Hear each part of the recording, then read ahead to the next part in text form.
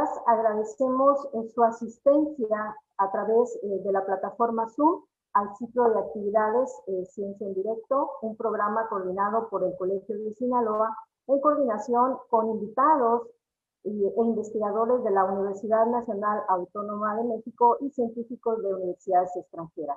El día de hoy me es muy grato darle la bienvenida a la doctora Dora Albit Bruniske, investigadora de la Universidad de Santiago de Chile, quien disertará sobre nanociencia y nanotecnología, el potencial de modificar nuestro futuro. En unos momentos más nos va a acompañar el maestro Elmer Mendoza, presidente del Colegio de Sinaloa, y se encuentra también el maestro Carlos Barajas, director de vinculación académica, quien al final modera la sesión de preguntas.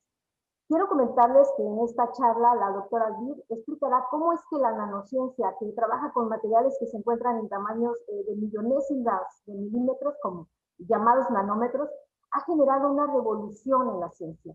Y nos explicará el origen de estas novedosas propiedades, algunas aplicaciones y el potencial beneficio que ofrece a nuestro futuro, así como los desafíos que requiere para su mejor uso. Enseguida quiero compartirles una breve semblanza curricular. La doctora Dora Albit es doctora y licenciada en Ciencias Exactas por la Pontificia Universidad Católica de Chile. Actualmente es profesora titular de la Universidad de Santiago de Chile y directora del Centro para el Desarrollo de la Nanociencia y la Nanotecnología, por sus siglas CEDENA. Ella es una científica muy estimada en su país. Por su labor ha recibido diversos reconocimientos y les quiero decir que en el año de 2019 fue distinguida con el Premio Nacional de Ciencias Exactas, que se entrega cada 2 años en su país y donde ha sido la segunda mujer en recibirlo desde la creación del premio.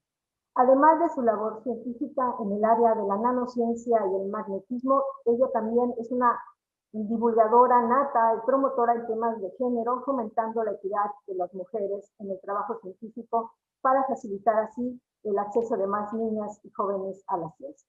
Y bueno, de esa manera, pues le cedo el uso de la voz a la doctora Dora Albit para que inicie su conferencia. Bienvenidos todos.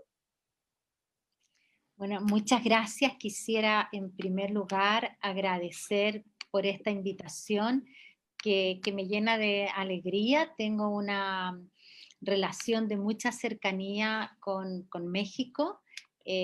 Comentaba hace unos minutos que organizamos todos los años un taller Chile-México, después de 11 años, desde el primer año en que no lo hacemos. Es un taller de nanociencia y nanotecnología que organizamos un año en México y un año en Chile, así es que he podido conocer varios lugares de México gracias a este taller y por supuesto generar bonitas relaciones de amistad y de trabajo, que no se detienen con la pandemia. Así es que muy honrada y muy agradecida por esta invitación. Quiero hablar un poco de qué es la nanotecnología, pero sobre todo quisiera hablar de qué podría ser la nanotecnología y el impacto que ella podría tener en nuestras vidas, sobre todo en las vidas de países no tan desarrollados y que buscamos un mayor desarrollo como los nuestros. Vamos a ver. Bueno, en los últimos años hemos oído hablar mucho de nanociencia y nanotecnología, principalmente a partir de la tecnología y de las soluciones que podemos encontrar basadas en la escala nano. Por ejemplo, tenemos allí lentes de contacto de realidad aumentada. Esto que es la maravilla de los adolescentes, una batería de celular que puede cargarse en 1 minuto y que es la base de las baterías para autos eléctricos. Este es un libro que cada una de estas pequeñas páginas puede purificar hasta 100 litros de agua, por lo tanto uno puede irse de camping con un libro y no con 100 litros de agua, o con una página y no con 100 litros de agua. Y este es un detector de un infarto cardíaco. Normalmente cuando se piensa que una persona tiene un infarto, muchas veces se comienza el tratamiento y no se sabe que la persona efectivamente tuvo o no un infarto. Y hay que esperar un cierto tiempo para encontrar proteínas que se van liberando a la sangre y que requieren de bastante tiempo para ser detectadas. Este es un detector de un infarto cardíaco que funciona en pocos minutos. Entonces, la verdad es que las aplicaciones son enormes y sobre todo la variedad de las aplicaciones es increíble. ¿Qué tienen en común todas ellas? Que están basadas en nanopartículas, que son lo que nosotros llamamos el ladrillo de la nanotecnología, o el eje fundamental de la nanotecnología. Un nanómetro es una millonésima parte de una mil millonésima parte de un metro, o sea, la millonésima parte de un milímetro. El prefijo viene del griego enanus, que significa enano. Y si pensamos, por ejemplo, en una regla como esa, tenemos que mirar la distancia entre 2 milímetros y allí hacer 1.000.000 de líneas equidistantes y tendríamos exactamente un nanómetro. Es una cantidad, una dimensión tan pequeña que en verdad nos cuesta muchísimo, o en realidad es prácticamente imposible imaginarla, pero tiene que ver con los tamaños de cadenas de átomos. Por ejemplo, una cadena de 6 átomos de prácticamente cualquier material, si yo pongo 6 átomos uno al lado del otro, eso va a medir más o menos un nanómetro. Tenemos aquí, ¿por qué es importante trabajar a esta escala? Porque a esta escala los materiales presentan mucha superficie y eso es tremendamente importante. Por ejemplo, aquí tenemos un cubo que tiene 4 centímetros de lado y tiene una superficie de 96 centímetros cuadrados. Lo que voy a hacer es trazar un plano por la mitad, o sea, dividirlo en todas sus caras, y voy a generar estos 8 cubos que tienen el mismo volumen, tienen la misma cantidad de átomos, pero lo que yo hago es hacer aparecer estas nuevas superficies y entonces mi superficie aumenta al doble. Ahora sobre cada uno de estos voy a trazar de nuevo 3 planos equidistantes, los voy a cortar y tengo ahora mucha más superficie. Tengo una superficie que es 4 veces la superficie inicial. ¿Por qué esto es tan importante? Porque cada vez que voy haciendo los sistemas más pequeños, voy teniendo más superficie y entonces empiezo a ver más las propiedades de los átomos de la superficie que las propiedades de los átomos del volumen. Y los átomos que están en la superficie se comportan de manera distinta a los átomos que están en el volumen. Ahora, imagínense esta diferencia entre un cubo de 4 centímetros de lado a 64 cubos de 1 centímetro de lado. Ya aquí logré cambiar la superficie 4 veces. Entonces, efectivamente, si llego a tamaños nano, voy a tener una superficie enorme y voy a poder evidenciar las propiedades de superficie y no de bulk o de volumen, que son las que nosotros conocemos normalmente. La nanotecnología se dice que fue, no me atrevo a decir descubierta, enunciada, predicha, mencionada por primera vez por Richard Feynman en una conferencia en el Tecnológico de California, en que dijo, "There's plenty of room at the bottom, an invitation to enter in a new field of physics." Es decir, hay mucho espacio todavía en la base, en el fundamento, en los pocos átomos. Esta es una invitación a entrar a un nuevo campo de la física. La verdad es que se equivocó porque este es un campo no solo de la física, sino que de la física, la química, la biología, la ingeniería y prácticamente todas las disciplinas. Cuando nosotros decimos que comienza realmente la nanociencia y la nanotecnología, en la década de los 80, cuando se descubre un elemento que se llama, una estructura que se llama fullereno y que se las voy a mostrar en unos segundos. Entonces, si pensamos que la edad de los metales se inicia hace 8.000 años, 6.000 años antes de Cristo aproximadamente, y durante estos 8.000 años nosotros seguimos estudiando materiales y seguimos encontrando aplicaciones nuevas, imagínense cuánto podemos descubrir en estas estructuras que solamente conocemos desde hace menos de 40 años. Es decir, queda muchísimo, muchísimo por hacer.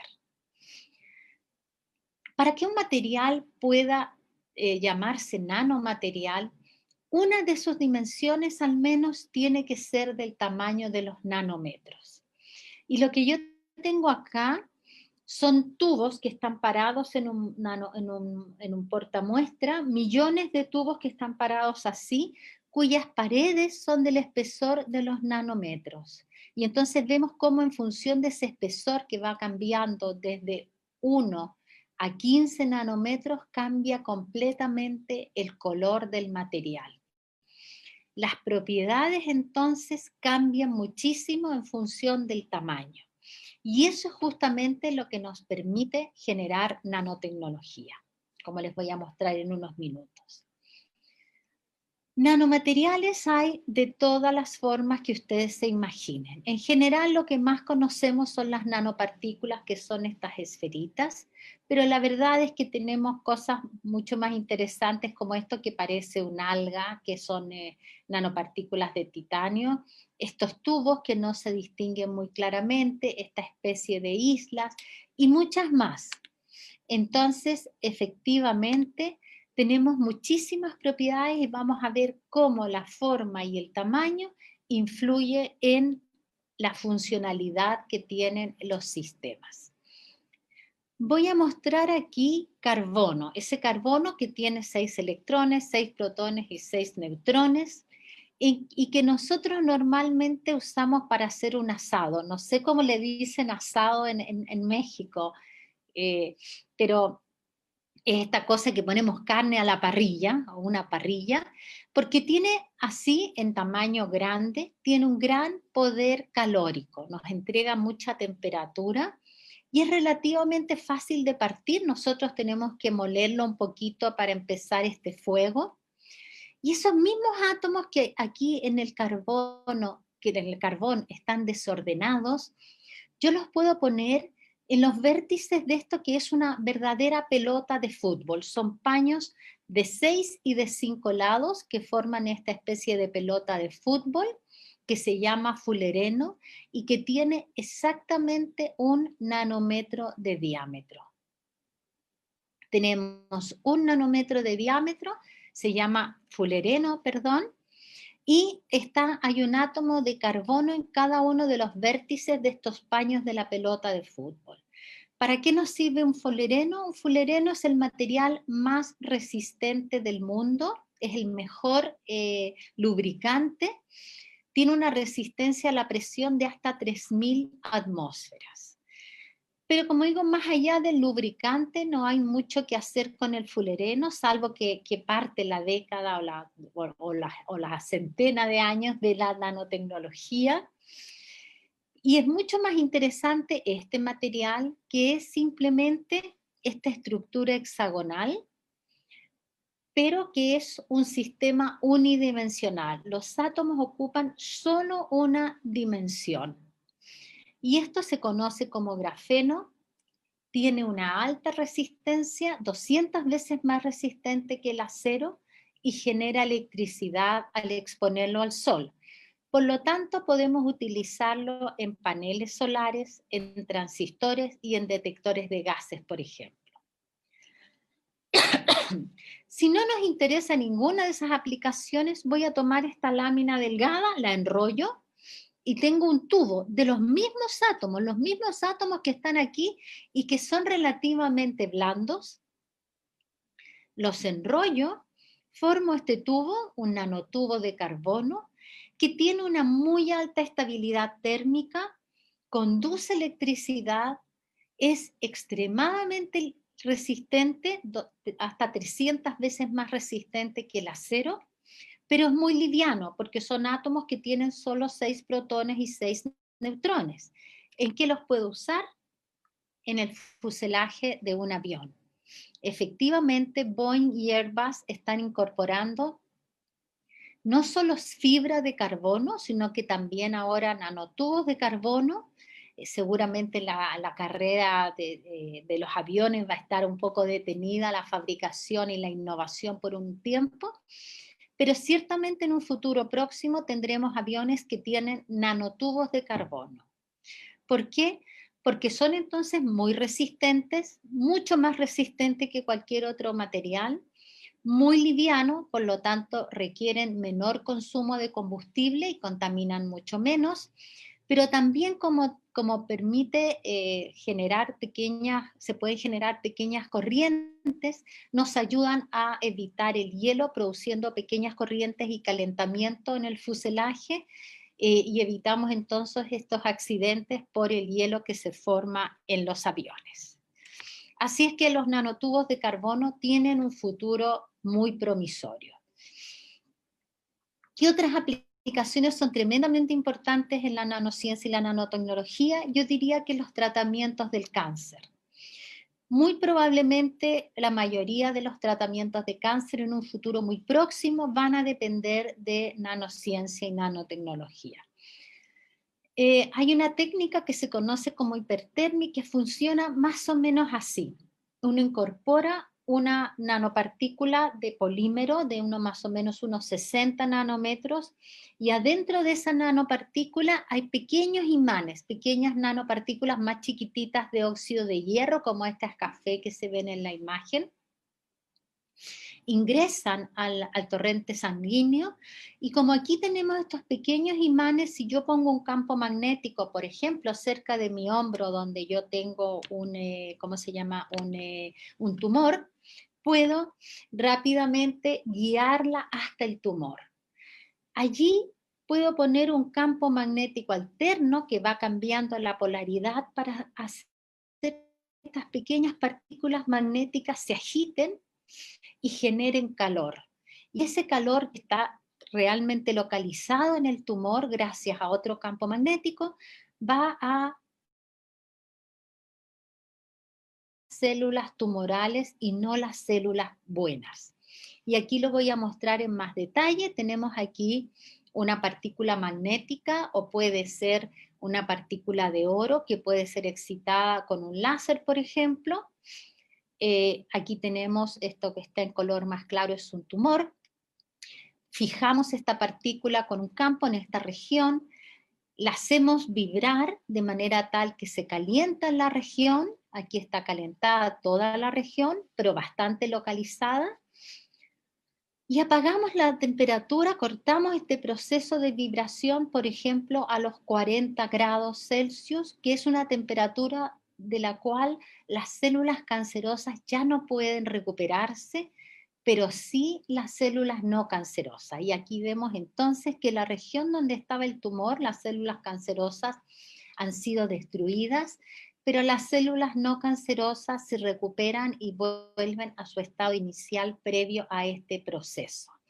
Como decía, esto se conoce como hipertermia y es probablemente la base de la mayoría de los tratamientos de cáncer del futuro, y ya se utiliza principalmente para cáncer de mama en algunos países europeos. También podemos utilizar las nanopartículas para la entrega de drogas. Uno pone aquí estos ligantes, por ejemplo, en el caso de un tumor, queremos que esta droga llegue directo al tumor y no produzca los problemas que se producen, los efectos secundarios.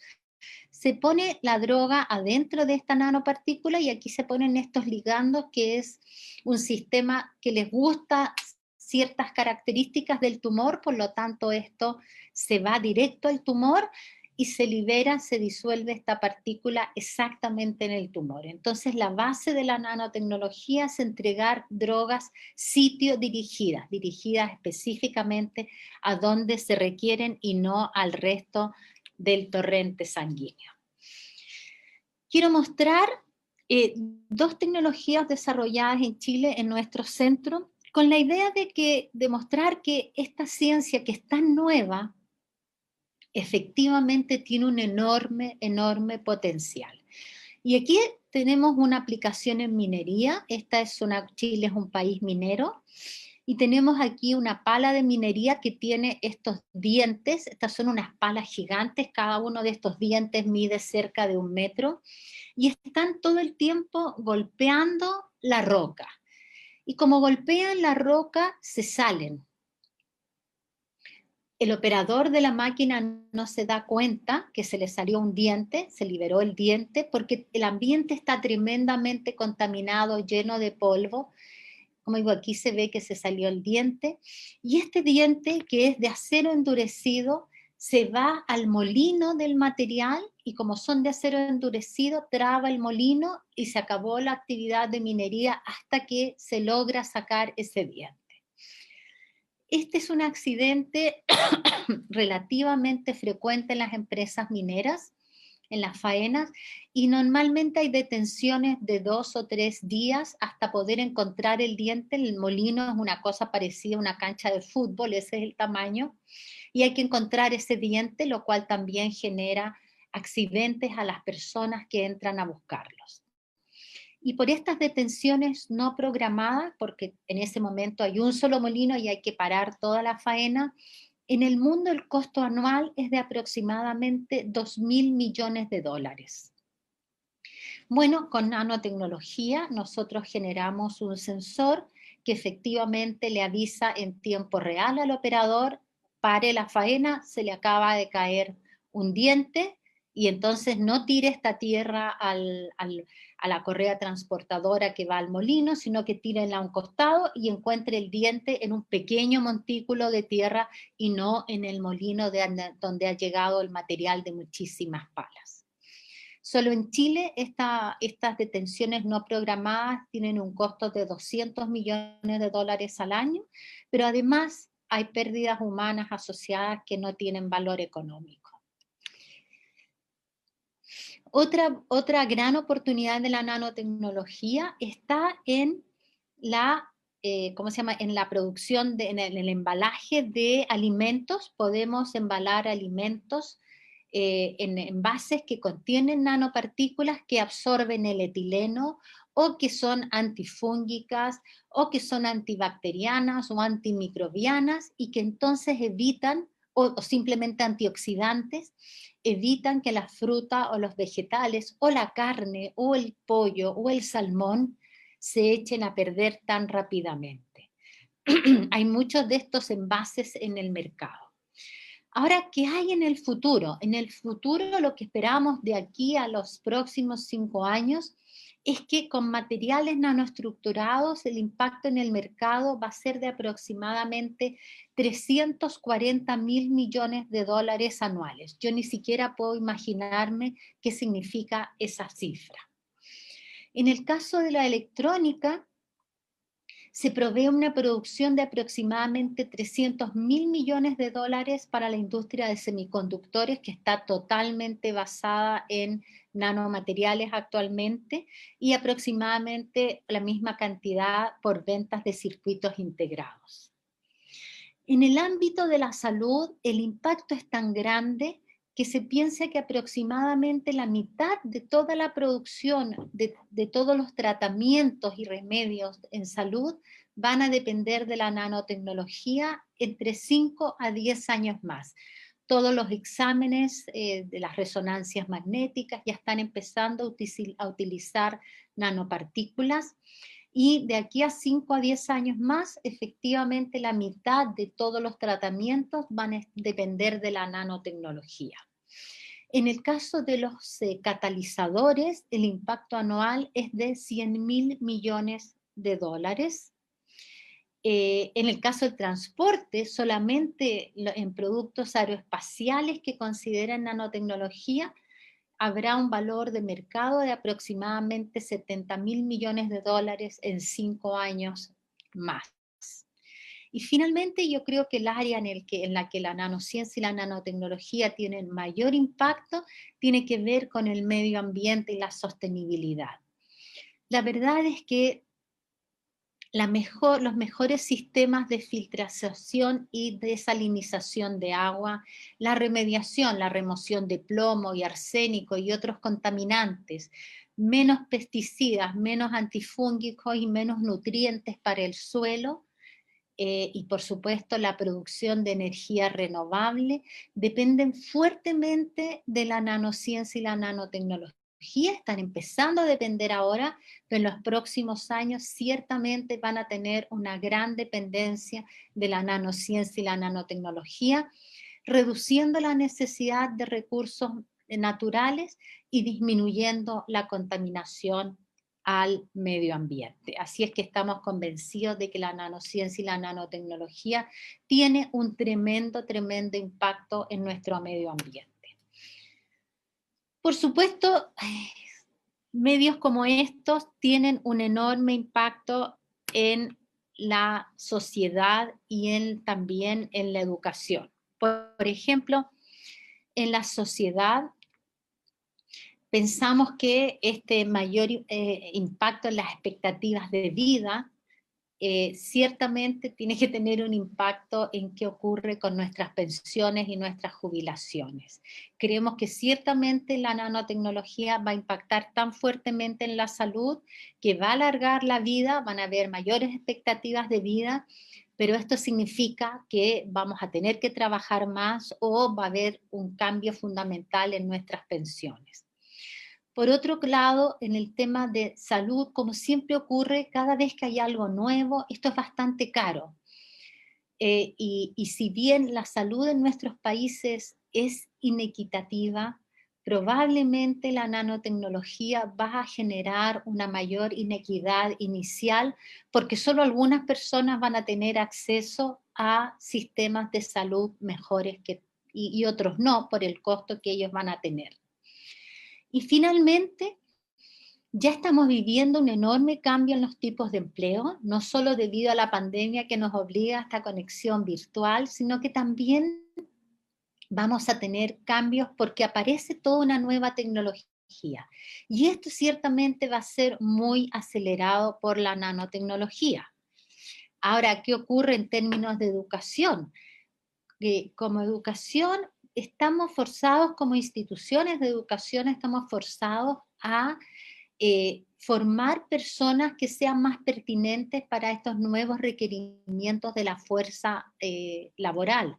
Y entonces la educación tiene que modificarse. Nosotros en general estamos acostumbrados a carreras que son monodisciplinarias. Formamos físicos, formamos químicos y formamos biólogos.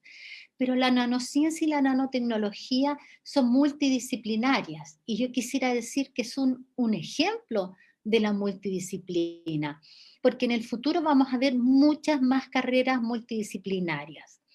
Entonces, ¿cómo conjugamos esta idea de personas que sepan mucho de una disciplina, pero también personas que sean capaces de comunicarse con otras disciplinas? Creo que eso es un desafío enorme a las instituciones de educación superior, porque van a tener que generar programas innovadores y que sean muy flexibles para que la gente pueda formarse de estas dos maneras, muy generalistas y muy especialistas, porque necesitamos la contribución de ambos perfiles para poder generar un mejor aprovechamiento de la tecnología, que ya no es tecnología del futuro, sino que es tecnología del presente. Y eso probablemente va a ser que nuestras carreras tienen que generar habilidades que nosotros no estamos acostumbrados. En general nos formamos más bien por el conocimiento y ahora tenemos que generar habilidades en nuestros estudiantes como la adaptabilidad a los cambios, el aprender haciendo, el aprendizaje personal y continuo, porque esto va a ser permanente, toda la vida vamos a necesitar ir estudiando, buscando nuevo conocimiento, aprender a innovar y a emprender seguramente también. Así es que yo creo que necesitamos ciertos cambios a los que vamos a tener que acostumbrarnos probablemente a pasos acelerados en la medida que la nanociencia y la nanotecnología vayan ocupando más y nuevos espacios en nuestra vida. Por otro lado, la educación en nanociencia y nanotecnología requiere espacios de laboratorio que son bastante costosos. ¿Cómo las instituciones de educación superior van a asumir estos costos? No lo sabemos. sobre todo en una realidad post-pandemia que va a ser bastante compleja. ¿Cómo vamos a ayudar a nuestros estudiantes a que se expongan en la práctica de la fabricación de nanomateriales?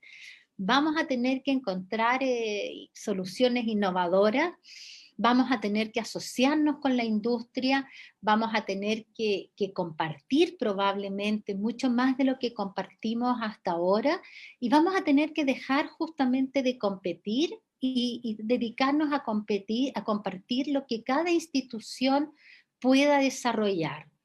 Y seguramente este acceso forzado a la virtualidad probablemente nos va a ayudar muchísimo. No es lo mismo ver que hacer, pero seguramente el poder ver, aunque sea en forma remota, los procesos nos va a poder ayudar en la formación de nuestros estudiantes. Yo estoy convencida de que la nanociencia y la nanotecnología son la mejor opción de desarrollo responsable para cada uno de nuestros países, porque nos permite cuidar el medio ambiente, nos permite agregar valor a nuestros recursos naturales y además nos permite generar tecnología para resolver los problemas propios de cada país.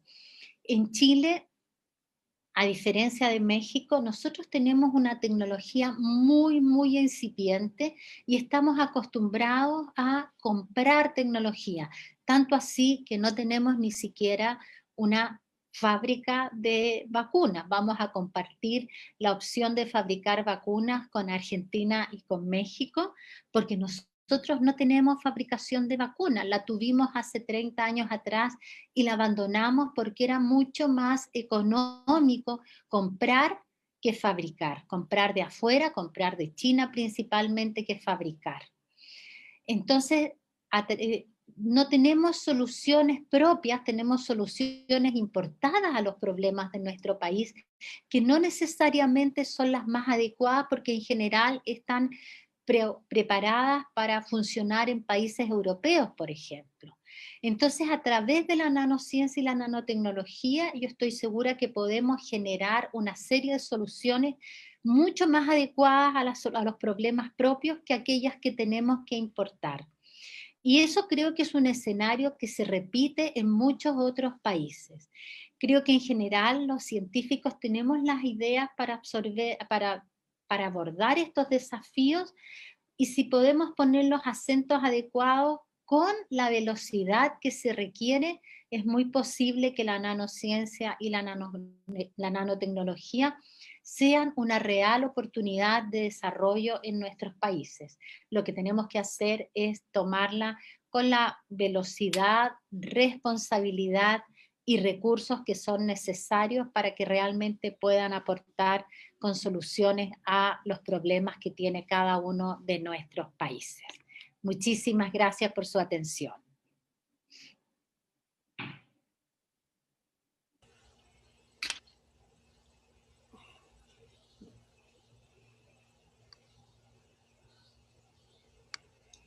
Dora, nada más esperamos a que nos hagas favor de cerrar compartir pantalla. Muy bien. Ahora debemos vernos tú y yo, cara a cara, a distancia. En esta fabulosa charla casi me he puesto a llorar porque he recordado a mi maestra de primaria que me enseñó a leer, que me llevó paso a paso, y así nos has hecho tú, nos has entregado un verdadero regalo esta mañana. Muchas gracias.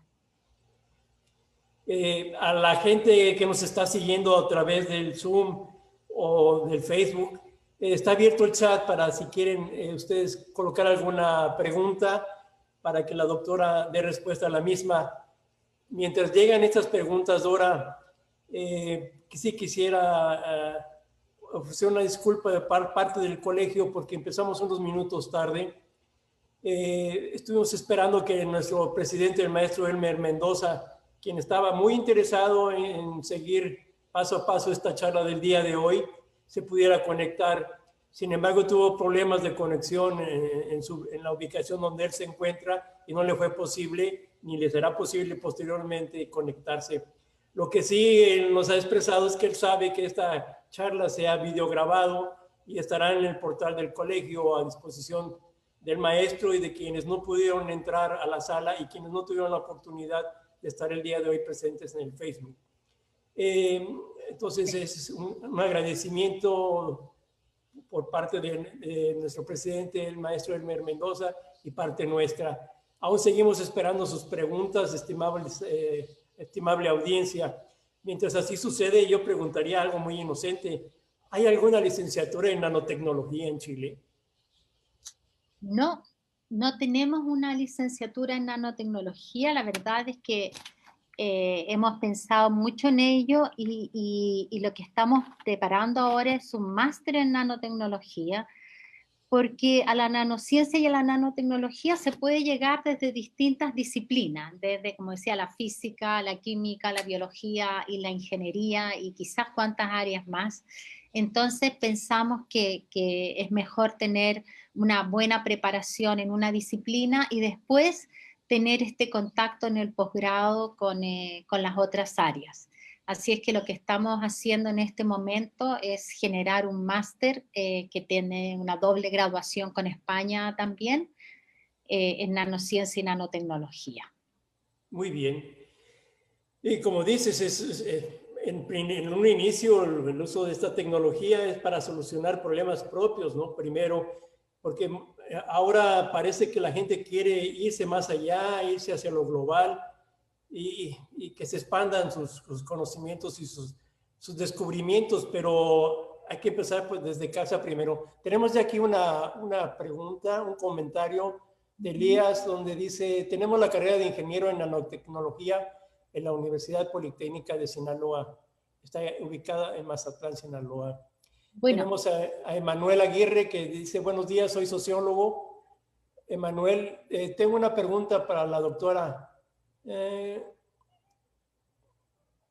Está cortada la pregunta, debo decirlo. Dice Seúl LA, ¿cuál es la noción cognitiva de la biotecnología? Podría ser la pregunta.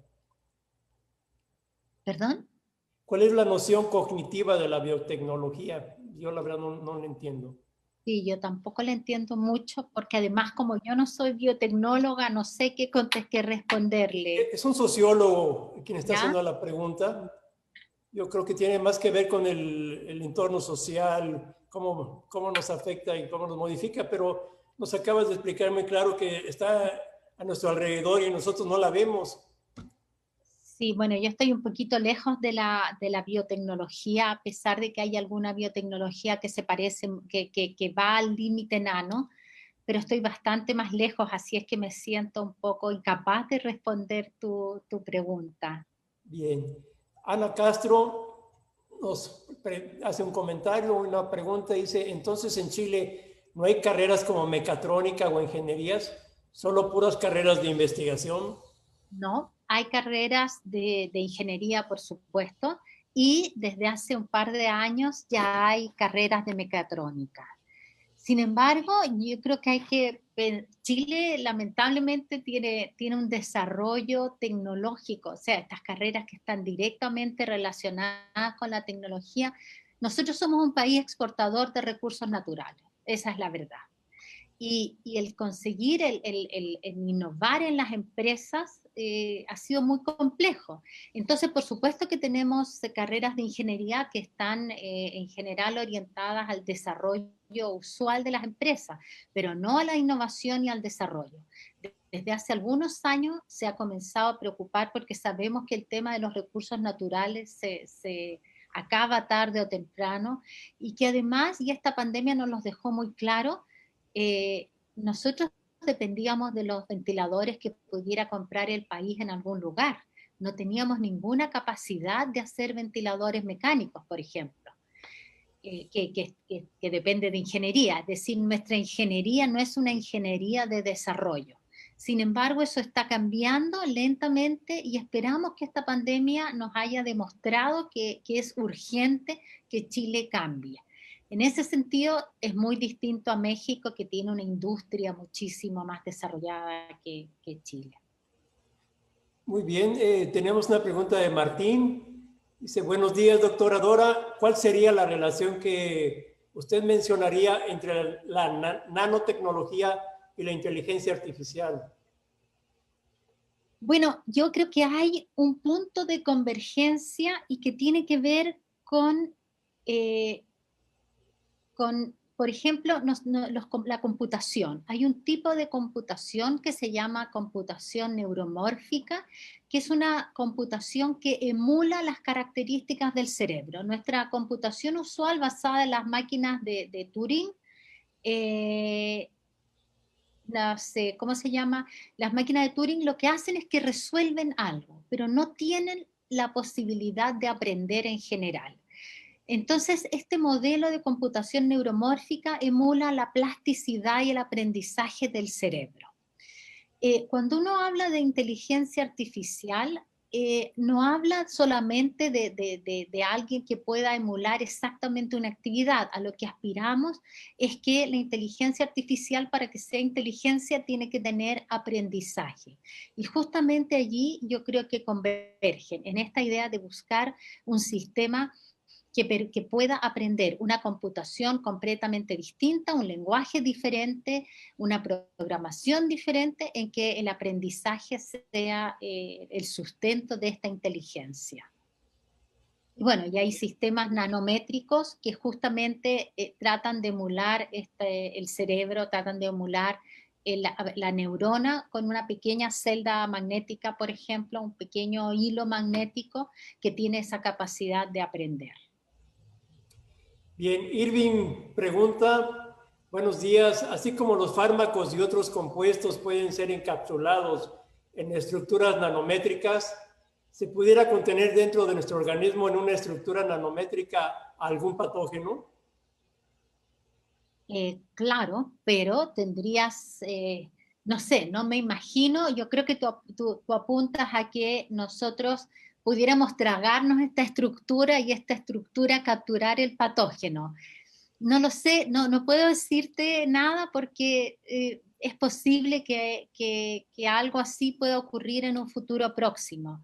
Efectivamente, nosotros podemos tragarnos cualquier cosa que sea de un tamaño menor a 60 nanómetros y no le va a hacer ningún daño a nuestro organismo.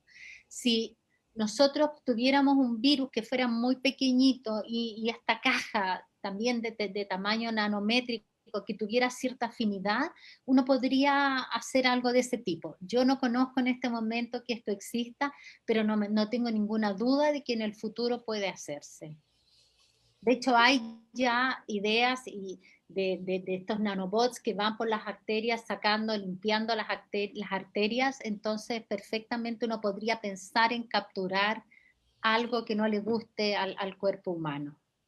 Sí, sí, sí. Y con los derrames de petróleo sucede algo parecido. ¿Cómo rescatar todos esos derrames que hay en el mar? Bueno, nosotros en particular tenemos un medio que funciona así. Las partículas, la zeolita, muchos derrames se terminan de limpiar con zeolita. La zeolita es como una esponja de mar, es una tierra, una arcilla que tiene muchos poros. Y normalmente esa arcilla se usa para limpiar los derrames. ¿Qué ocurre? Que en el mar, por ejemplo, esa arcilla que es parte de los suelos se va al fondo del mar. Entonces, ¿qué hicimos nosotros? La hicimos magnética, le incorporamos pequeñas partículas magnéticas a esta zeolita. La zeolita absorbe el petróleo y con el campo, con un imán, simplemente la recogemos y no dejamos que se vaya al fondo con el petróleo. Es decir, sacamos la zeolita, esta esponja, con el petróleo y la dejamos después encapsulada y protegida de alguna forma. Bien, aquí así es que tenemos... dice Emilio, buenos días, doctora. Mi duda es, ¿cuál es la mayor problemática que sufre la nanotecnología? Le pregunto ya que en un curso de nanomedicina que tomé, se mencionaba que el problema era que la nanotecnología no tenía un campo laboral fijo. Bueno, exactamente esa es la razón por la que nosotros decidimos no hacer una licenciatura en nanotecnología, sino que hacer una licenciatura en física, química, biología o ingeniería y de allí pasar a la nanotecnología. Porque justamente todavía, por lo menos en mi país, no hay un campo laboral para un nanotecnólogo. Pero yo creo que esto es una cosa de un par de años y efectivamente esto va a cambiar. Porque ciertamente este profesional con un poco de conocimiento de distintas disciplinas va a ser tremendamente requerido de aquí a unos pocos años más. Yo creo que tenemos que darle un poquito de tiempo. Por ejemplo, ¿quién va a operar los tratamientos del cáncer? ¿Quién va a operar estos equipos de hipertermia? Va a tener que haber, así como hay un tecnólogo médico, va a tener que haber un nanotecnólogo que va a operar estos equipos de hipertermia en los hospitales, por ejemplo. O va a tener que haber un nanotecnólogo en las empresas. Porque fíjate que cuando alguien, por ejemplo, imaginémonos una empresa de pintura a la cual se le ponen distintos aditivos. Es muy probable que en alguna empresa de pintura le pongan un aditivo y revuelven la pintura después, ya sea a mano o ya sea en una máquina, y esa persona que abrió el frasquito de las nanopartículas y lo echó, respiró y se comió la mitad de las nanopartículas. Entonces necesitamos que hayan personas que sepan cómo trabajar con nanomateriales. Cada vez los nanomateriales están más presentes en nuestra vida, pero no se trabajan como se trabajan los materiales a escala mayor. Por eso es que creo que esto es un tema de tiempo y que en un futuro muy próximo los nanotecnólogos van a tener un campo laboral bastante relevante en el mundo. Todavía nos falta un poquito para eso. Sí, recuerdo que a la gente de mi época el futuro era de 10, 20 o 30 años. Eso ya no es más, ya no funciona más. No, el futuro está aquí, está al lado, en 3, 4 años y va cambiando de una velocidad impresionante. Es por eso que me da gusto ver a jóvenes estudiantes que están participando en el chat en estos momentos y que han estado presentes en la conferencia. Hay una pregunta de Alejandra. Dice, soy estudiante de ingeniería en nanotecnología y estoy próxima a hacer mis primeras estancias, 4 semanas, en un centro de investigación o empresa. Y mi pregunta es, ¿se aceptan estudiantes para realizar estancias? Querrá decir ella a lo mejor allá en Chile con usted. No, absolutamente. Nosotros recibimos muchos estudiantes de distintos países en el centro. Recibimos, de hecho, de Francia muchos estudiantes y de otros países, de Perú, en América Latina, de Argentina, hasta de India hemos recibido. El único problema es que lamentablemente estamos cerrados. Nuestras universidades en Chile están cerradas y no tenemos la menor idea cuándo vamos a volver a iniciar. Pero si tu estancia no es tan urgente, encantados de recibirte, esperamos el año 2021 cuando tengamos una vacuna, porque yo creo que las universidades no vamos a volver hasta el año 2021. Bien, hay otra pregunta por parte de Astrid. ¿Cómo es que se eliminan las nanopartículas una vez que han cumplido su función dentro del organismo? No se eliminan. Por ejemplo, muchas de las nanopartículas son magnéticas. ¿Por qué? Porque esas se pueden dirigir con un campo magnético al punto específico y se hacen de óxido de hierro. Y el óxido de hierro al revés, bueno, nuestro organismo tiene óxido de hierro y al revés, si tú tienes una anemia te ayuda un poquito porque te ayuda a llevar la hemoglobina. En la hemoglobina si es que no se elimina, la idea es justamente que no se eliminen. Si son muy pequeñitas se pueden eliminar por la orina. Y si no son tan pequeñitas, hay que tener cuidado de que sean partículas que sean totalmente inocuas, como es el caso del óxido de hierro, de la magnetita que nosotros tenemos naturalmente en la hemoglobina. Entonces no le hace ningún daño al organismo. Bien, hay una pregunta más por parte de Paola Graciela. Buenos días. ¿Cree que la nanotecnología tenga una aplicación significativa en astronomía? Mira, déjame contarte una anécdota. Deben ser unos 8 años atrás, nos juntamos con gente de la mayor empresa de cobre del mundo, que es chilena y que se llama Codelco. Y la gente de Codelco en ese momento nos dijo, mire, la escala de la minería es así gigante, la escala de nano es así, no hay nada que hacer. El nano nunca va a estar presente en minería. Bueno, todos los sensores en este momento en minería se están haciendo en base a nanomateriales. Yo creo que seguramente la nanotecnología va a tener, si es que ya no tiene, no conozco mucho, pero seguramente va a tener muchas aplicaciones en astronomía, particularmente en lo que es la fabricación de los espejos. Los espejos en astronomía son muy complejos porque tienen que tener nula rugosidad. Nosotros pensamos que un espejo en el que nos miramos no tiene ninguna rugosidad y eso no es cierto. A escala atómica tienen una rugosidad enorme. Sin embargo, los espejos de astronomía están tremendamente pulidos para no tener, ¿cómo se llama?, rugosidad, ninguna, ni siquiera a escala atómica. Creo que en eso, en el sensado, en la medición de la rugosidad, en el aseguramiento de que el espejo no tenga rugosidad, la nanotecnología con certeza ya está contribuyendo. Y seguramente en el sensado de muchos procesos astronómicos también.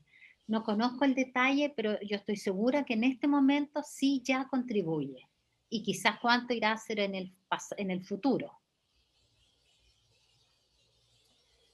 Pues al parecer no se mueve más el chat. Yo creo que es hora de decir gracias nuevamente, Dora, por tu amable tiempo, por tu sensibilidad. Y quiero decir en público que fuiste tú la primera invitada que respondió al llamado del Colegio de Sinaloa sin ninguna duda de por medio, lo cual a mí me da mucho gusto y me llena de orgullo tenerte presente el día de hoy a través de este medio. Muchísimas, muchísimas gracias. Yo, como digo, agradezco la invitación. Fue un gusto, sobre todo un gusto siendo México, como digo, un país con el que siento mucha, mucha cercanía. Así es que muchísimas gracias a ustedes por la invitación. Realmente un gusto. Muy bien, pues no me queda más que despedir y decir hasta la vista. Muchas Hasta gracias. la vista entonces. Que esté muy bien. Adiós.